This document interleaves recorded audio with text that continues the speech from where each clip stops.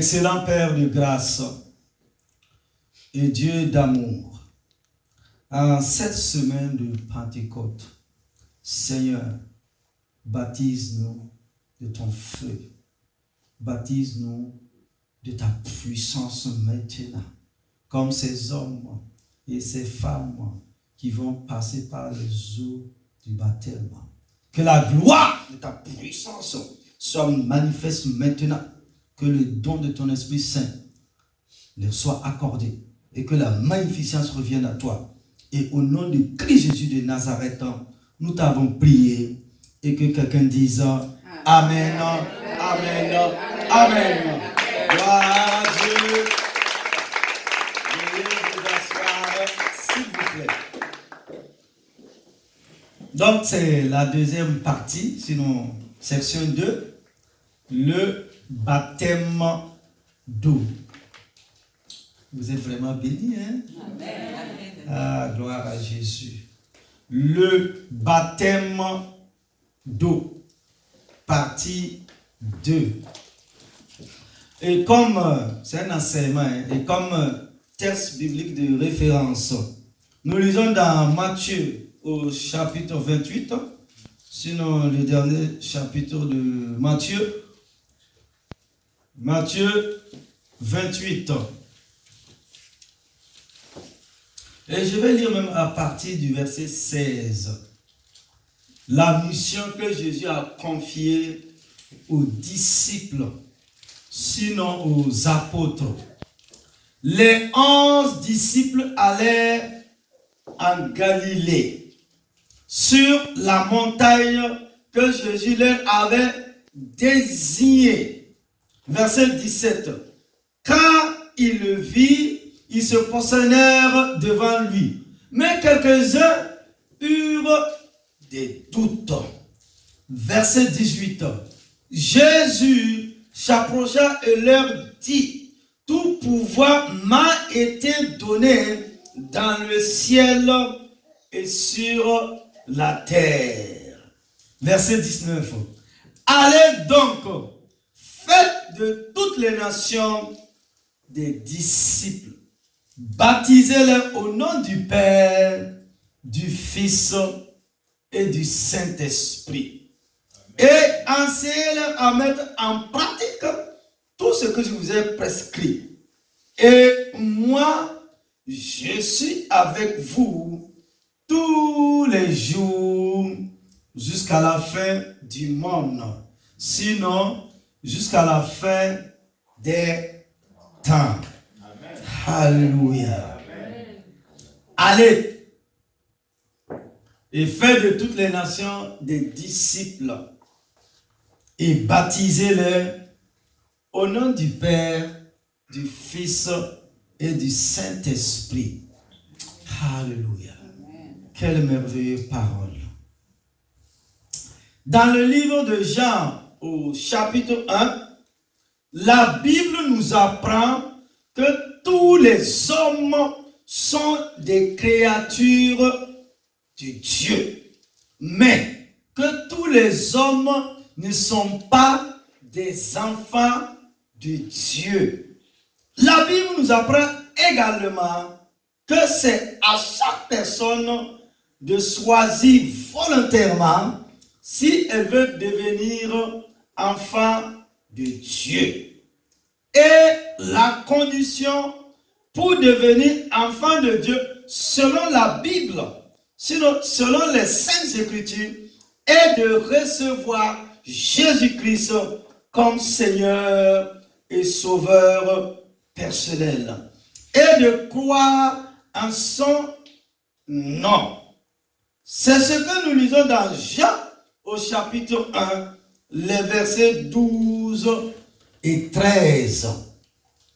Mais à tous ceux qui l'ont reçu, à ceux qui croient en son nom, elle a donné le pouvoir de devenir enfants de Dieu, mais pas les créatures de Dieu, lesquelles sont nées ni du sang, ni de la volonté de la chair, ni de la volonté de l'homme, mais de Dieu.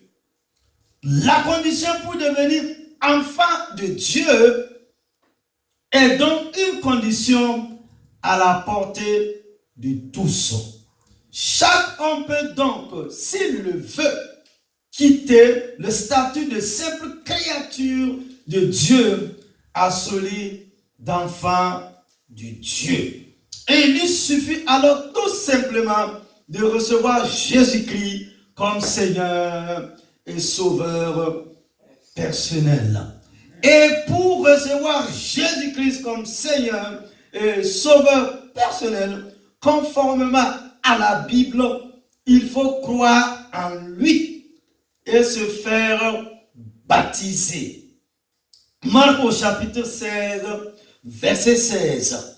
Celui qui croira et qui sera baptisé sera sauvé. Mais celui qui ne croira pas sera condamné. Le baptême d'eau est donc intimement plutôt lié au salut. Écoute-moi, frères et sœurs, le baptême d'eau est donc intimement lié au salut. Je vous propose de suivre la deuxième partie de notre enseignement sur ce que n'est pas le baptême d'eau et les différentes sortes de baptême. Premièrement, ce que le baptême d'eau n'est pas. S'il a été nécessaire de bien expliquer ce qu'est le baptême d'eau, il sera tout autant nécessaire de préciser ce qu'il n'est surtout pas. Le baptême d'eau n'est pas le salut. C'est-à-dire que le baptême d'eau en lui-même ne sauve pas. Il est plutôt l'engagement à être sauvé ou encore l'engagement d'une bonne conscience envers Dieu, comme nous pouvons le lire dans le passage suivant. Cette eau était une figure du baptême, qui n'est pas la purification des souillures du corps, mais l'engagement d'une bonne conscience envers Dieu et qui maintenant vous sauve, vous aussi, par la résurrection de Jésus-Christ, qui est à la droite de Dieu, depuis qu'il est allé au ciel et que les anges, les autorités et les puissances lui ont été soumis. Selon 1 Pierre au chapitre 3, versets 21 et 22. Le baptême d'eau étant un engagement, il peut, comme tout autre engagement, être rompu à tout moment. Méditons dans 1 Corinthiens au chapitre 10, versets 1 à 12, où l'apôtre Paul dit ceci. Il dit, frères, je ne veux pas que vous ignorez que nos pères ont tous été sous la nuée, qu'ils ont tous passé au travers de la mer, qu'ils ont tous été baptisés à Moïse dans la nuée et dans la mer, qu'ils ont tous mangé le même aliment spirituel et qu'ils ont tous bu le même breuvage spirituel. Car ils buvaient à un rocher spirituel qui les suivait, et ce rocher était Christ. Mais la plupart d'entre eux ne furent point agréables à Dieu, puisqu'ils périrent dans le désert. Or, ces choses sont arrivées pour nous servir d'exemple, afin que nous n'ayons pas de mauvais désirs comme ils en ont eu.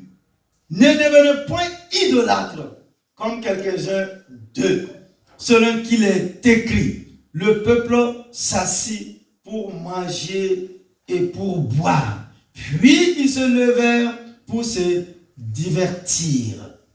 Ne nous livrons point à l'impudicité, comme quelques-uns de s'y livraient, de sorte qu'il en tomba 23 000 en un seul jour. Ne tentez point le Seigneur, comme le tentaient quelques-uns d'eux qui périrent par les serpents brûlants. Ne murmurez point, comme murmuraient quelques-uns d'eux qui périrent par l'extermination. Ces choses leur sont arrivées pour servir d'exemple à nous qui sommes parvenus à la fin des siècles. Ainsi donc, que celui qui croit être debout prenne garde de tomber. Waouh! Gloire à Dieu. Amen. Un engagement dans la sainteté avec le Dieu de gloire. Deuxièmement, la différence entre le baptême d'eau, le baptême de Jean et le baptême de repentance. Et je vous pose cette belle question. Y a-t-il une différence entre le baptême d'eau, le baptême de Jean et le baptême de repentance? Absolument pas. Conformément à la parole de Dieu, il n'y a aucune différence entre les termes baptême d'eau, baptême de repentance et baptême de Jean. Tout signifie la même chose. Premièrement, pourquoi le baptême d'eau? Tout simplement parce que ce baptême se fait dans l'eau, par opposition au baptême du Saint-Esprit qui se fait dans le Saint-Esprit. Deuxièmement, pourquoi le terme baptême de Jean? Tout simplement parce que c'est Jean qui a été envoyé pour faire ce baptême. Le ministère du baptême d'eau a été confié par Dieu à Jean. C'est d'ailleurs pour cela qu'il est appelé Jean-Baptiste. De la même manière qu'on appelle le baptême d'eau, baptême de Jean, de cette même manière on peut appeler le baptême du Saint-Esprit, baptême de Jésus, parce que c'est Jésus qui baptise du Saint-Esprit. Troisième question, pourquoi le terme baptême de repentance? Tout simplement parce que ce baptême conduit l'homme ou à la femme à la repentance. Comme Jean-Baptiste le dit dans Matthieu au chapitre 3 verset 11. Il dit, moi je vous baptise d'eau pour vous amener à la repentance. Mais il y a un plus grand que moi qui va venir, et lui il va vous baptiser dans le Saint-Esprit et vous serez un nouveau peuple dans ce nouvel exode-là pour marcher dans la gloire et dans la puissance de Dieu. Le baptême d'eau égale le baptême de Jean égale le baptême de repentance. C'est ce que confirment les passages suivants. Matthieu au chapitre 3 verset 11. Moi je vous baptise d'eau pour vous amener à la repentance. Luc au chapitre 3 verset 3. Et il alla dans tout le pays des environs du Jourdain, prêchant le baptême de repentance pour la rémission des péchés. Actes au chapitre 1 verset 7. Car Jean a baptisé d'eau, mais vous, dans peu de jours, vous serez baptisés du Saint-Esprit. Actes au chapitre 13, verset 24. Avant sa venue, Jean avait prêché le baptême de repentance à tout le peuple d'Israël. Luc au chapitre 7, verset 29. Et tout le peuple qui l'a entendu, et même les publicains, ont justifié Dieu en se faisant baptiser du baptême de Jean. Et nous arrivons au grand 3. Troisièmement, le baptême d'eau et le baptême du Saint-Esprit. Le baptême d'eau et le baptême du Saint-Esprit. Le privilège d'être baptisé du Saint-Esprit, selon Actes au chapitre 2, verset 4, et le privilège de recevoir le Saint-Esprit, Actes 2, 38, Romains 8, 15, ne sont partagés que par des gens qui possèdent déjà la vie éternelle par la foi au Seigneur Jésus-Christ et qui s'appuient entièrement avec foi sur son œuvre de propitiation. Le baptême du Saint-Esprit au sanskrit ne se rapporte qu'à ce qui a eu lieu au jour de la Pentecôte, c'est-à-dire la descente du Saint-Esprit sur les 120 à Jérusalem. Aujourd'hui, nous recevons le Saint-Esprit, nous sommes abreuvés du Saint-Esprit. 1 Corinthiens 12, 13, nous sommes scellés du Saint-Esprit. Éphésiens 1, 13. Fondamentalement, il s'agit cependant de la même bénédiction, comme le montrent clairement les passages suivants. Nous recevons, nous sommes abreuvés, nous sommes scellés par le Saint-Esprit. Nous le voyons tout à fait clairement par l'exemple du centurion romain Corneille, en Actes au chapitre 10. Cet homme pieux était préparé depuis longtemps dans son cœur pour la bonne nouvelle du Seigneur Jésus. Mais il n'osait pas la revendiquer pour lui du fait qu'il faisait partie des nations. Il n'est pas douteux qu'il possédait déjà la vie divine avant d'avoir vu la vision divine. Pensons seulement à ce que Dieu dit de lui. Il est impossible de prier Dieu continuellement et de ne pas avoir la vie divine, c'est-à-dire la vie de Dieu en nous. Mais quand il peut entendre avec les siens que quiconque croit en lui reçoit la rémission des péchés par son nom, le Saint-Esprit tomba sur tous ceux qui entendaient la parole, tandis que Pierre prononçait ces paroles. Actes au chapitre 10, versets 43 à 44. Actes au chapitre 11, verset 15. Manifestement, ils entendaient avec foi, selon qu'il faut comprendre de ce passage et de plusieurs autres du Nouveau Testament. Par exemple, Jean au chapitre 5, verset 25, Actes au chapitre 10, verset 27. Et alors, sur l'ordre de Pierre, il fut baptisé d'eau. Quelqu'un pourrait-il refuser l'eau afin que ceux-ci ne soient pas baptisés et qui ont reçu l'Esprit Saint comme nous-mêmes? C'est d'ailleurs la suite normale pour nous aujourd'hui, qui faisons aussi partie des nations. D'abord, la réception du Saint-Esprit et ensuite le baptême d'eau.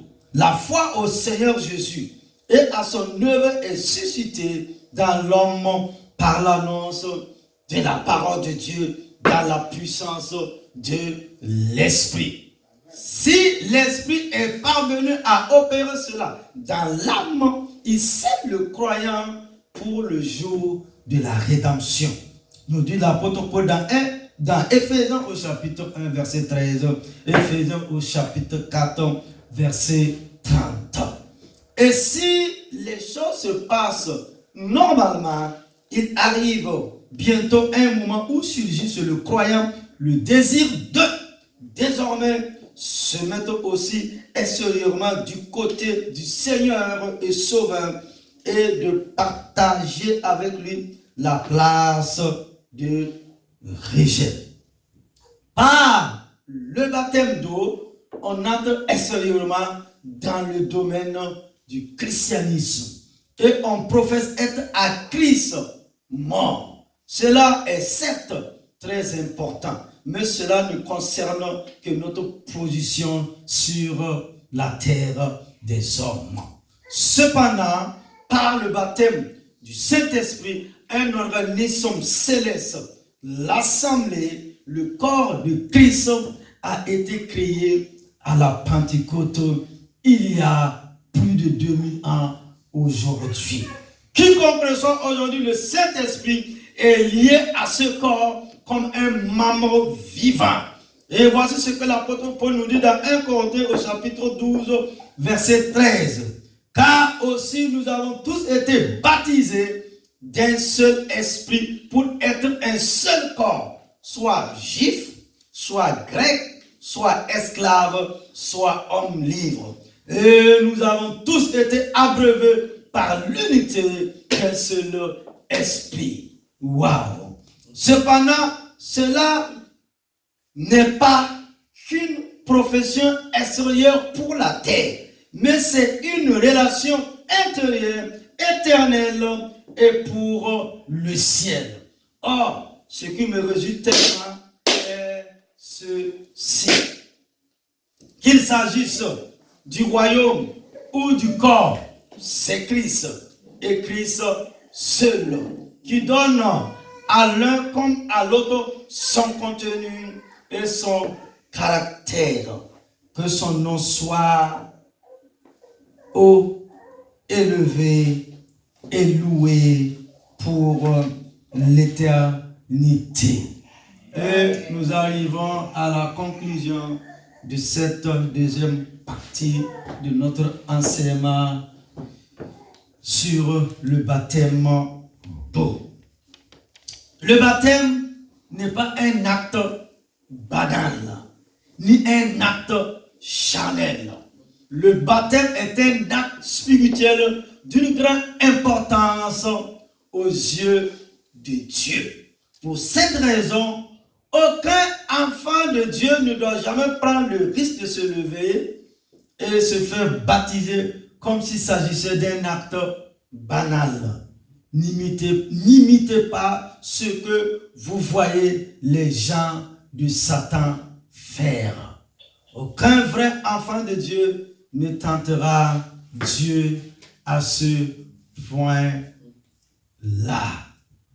Et que Dieu vous bénisse et bénisse sa parole au nom de Christ Jésus de Nazareth. Amen. Amen. Amen.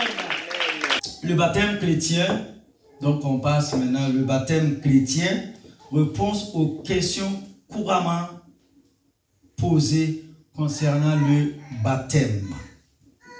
En ce qui concerne le baptême chrétien. Alléluia, alléluia. Le baptême chrétien. Et j'aimerais vous lire ce texte de l'évangile dans Actes au chapitre 8, à partir du verset 26. Suivez la lecture avec moi. Acte 28, 26. Un ange du Seigneur s'adressa à Philippe en disant, lève-toi et va en direction du sud sur le chemin qui descend de Jérusalem à Gaza, celui qui est désert.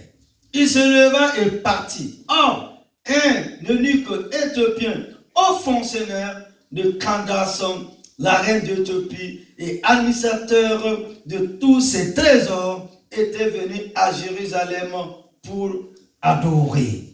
Il repartait assis sur son char et lisait le prophète Ésaïe. Verset 29. L'Esprit dit à Philippe, avance et approche-toi de ce char. Philippe accourut et entendit l'Éthiopien lire le prophète Ésaïe. Et lui dit, comprends-tu ce que tu lis?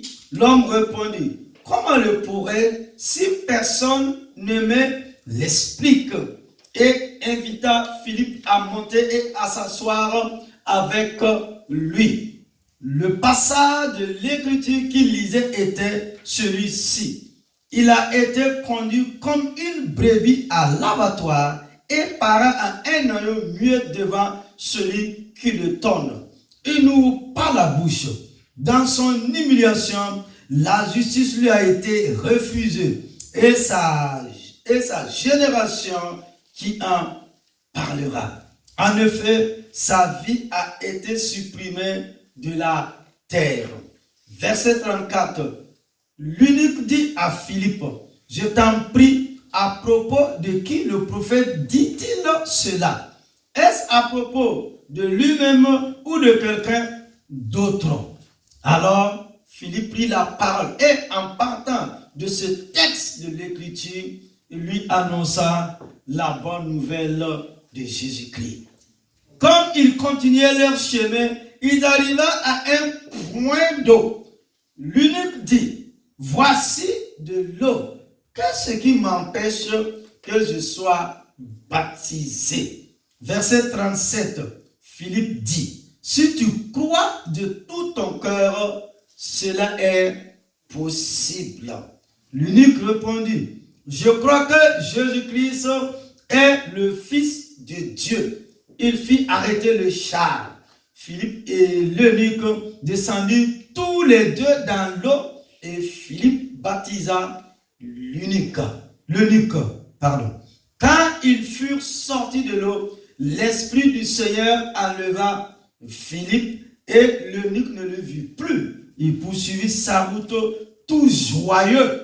Philippe se retrouva dans Azote, puis il alla jusqu'à Césarée en évangélisant toutes les villes par lesquelles il passait. Waouh! Amen. Quel beau texte. Notre première question. Doit-on obligatoirement attendre longtemps après la nouvelle naissance pour se faire baptiser? La réponse est non, car presque dans tous les exemples du Nouveau Testament, les personnes ont cru et se sont fait baptiser juste après avoir accepté le salut, quand elles en avaient la possibilité matérielle ou la connaissance. Par exemple, dans Actes au chapitre 8 que nous venons de lire, versets 36 à 39, l'eunuque s'est fait baptiser juste après avoir cru. Si vous comparez ce texte avec Actes 19, 5, où les disciples d'Éphèse ne savaient pas que le baptême d'eau au nom de Jésus existait après la nouvelle naissance, ils n'avaient entendu parler que du baptême de Jean-Baptiste, qui était pour ceux qui allaient croire, c'est-à-dire dans le futur, en Jésus, avant le début de son ministère terrestre. Vous comprenez aisément que ces disciples ne se sont pas fait baptiser au nom de Jésus à cause d'un manque de connaissances. Pourtant, ils étaient nés de nouveau. Deuxième question. Quelle est la différence entre le baptême d'eau et la nouvelle naissance? Le baptême d'eau est un symbole.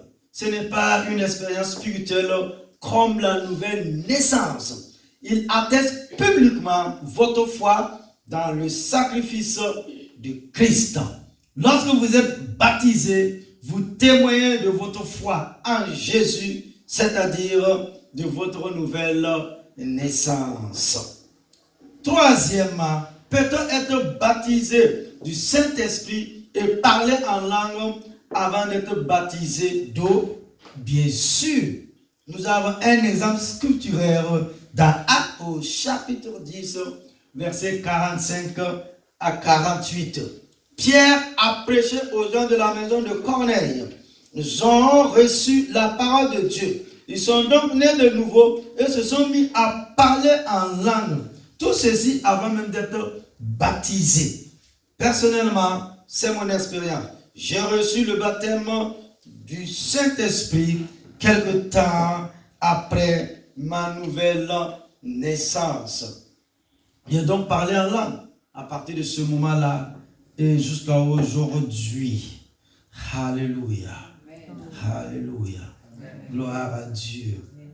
Quatrièmement, pourquoi dois-je me faire baptiser encore après avoir cru si j'ai déjà été baptisé dans une église traditionnelle? La réponse est simple. La Bible nous montre que nous devons être nés de nouveau avant de prendre le baptême d'eau. Dans certaines églises traditionnelles, on asperge les bébés pour les baptiser. Mais cela n'est pas biblique et n'a aucune valeur aux yeux de Dieu. Rappelez-vous qu'un baptême d'eau, sans être né de nouveau, équivaut à un bain. Nous avons un exemple scripturaire où des personnes se sont fait baptiser 2 fois. Regardons dans Actes au chapitre 19, versets 4 et 5, où les chrétiens d'Éphèse ont été baptisés 2 fois. Une première fois du baptême de Jean-Baptiste et une deuxième fois après avoir reçu Jésus comme sauveur personnel. Ici, il est vrai que ces chrétiens n'avaient pas été baptisés dans une église traditionnelle, mais remarquez que Paul les a baptisés au nom du Seigneur Jésus la deuxième fois après leur nouvelle naissance. Et c'est clair dans la parole de Dieu. Cinquièmement, quelle était la raison d'être du baptême de Jean? Est-il encore valable aujourd'hui? Dans Matthieu au chapitre 3, verset 11, Jean-Baptiste dit qu'il baptise pour amener le peuple d'Israël à la repentance, c'est-à-dire à reconnaître son péché et son besoin d'un sauveur personnel. Jean a été envoyé en Israël pour qu'il se saisisse sa chance de rencontrer en premier le Messie promis depuis des siècles. Jean n'a pas été envoyé vers les nations. Sa deuxième mission était de préparer le chemin pour Jésus en annonçant sa venue. Matthieu au chapitre 3, verset 3. Jean a commencé son ministère avant Jésus-Christ pour préparer le ministère de Jésus. C'était sa mission. Tous ceux qui acceptaient son message se faisaient baptiser. Cela voulait dire qu'ils reconnaissaient qu'ils étaient pécheurs et qu'ils avaient besoin d'un sauveur et que ce sauveur était sur le point d'arriver. Le ministère de Jean était un ministère unique en ce sens qu'il l'a exercé pour un temps et plus le peuple connaissait Jésus, moins le ministère de Jean prenait d'importance.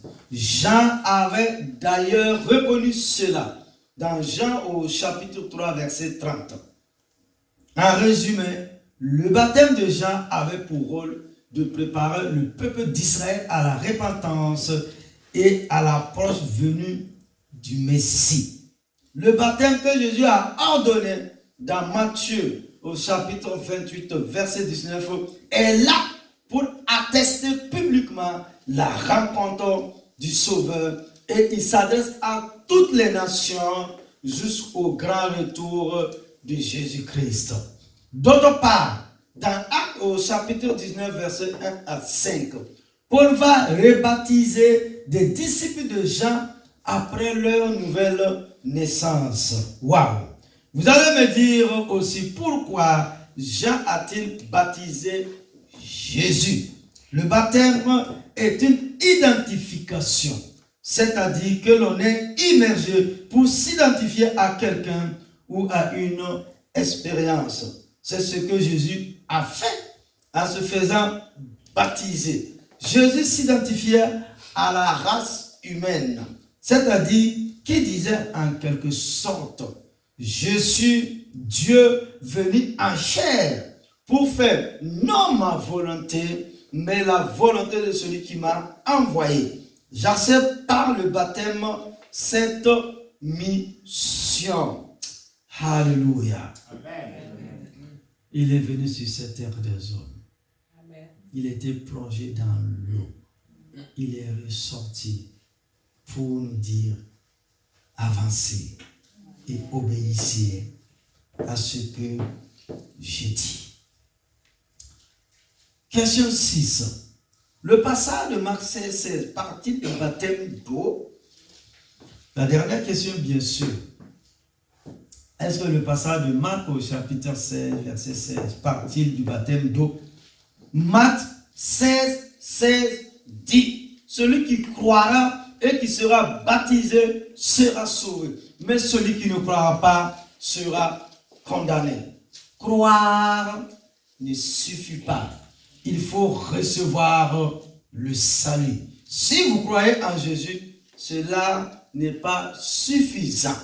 Car nous devons naître de nouveau pour être sauvés. Jésus ne parle pas du baptême d'eau dans ce verset. Il s'agit plutôt de la nouvelle naissance. En effet, si vous étudiez la parole de Dieu, vous verrez que le Nouveau Testament nous décrit la nouvelle naissance comme un baptême, c'est-à-dire une immersion. Rappelez-vous que baptiser égale à immerger dans l'Esprit de Dieu. Sur le 1 Corinthiens au chapitre 12, verset 13, Romains chapitre 6, verset 4. En effet, Jésus nous dit tout simplement dans ce verset, je paraphrase, celui qui croira et qui sera né de nouveau, celui qui sera immergé, baptisé dans mon esprit, sera sauvé pour l'éternité. Amen, amen, amen. Alléluia. Gloire à Dieu.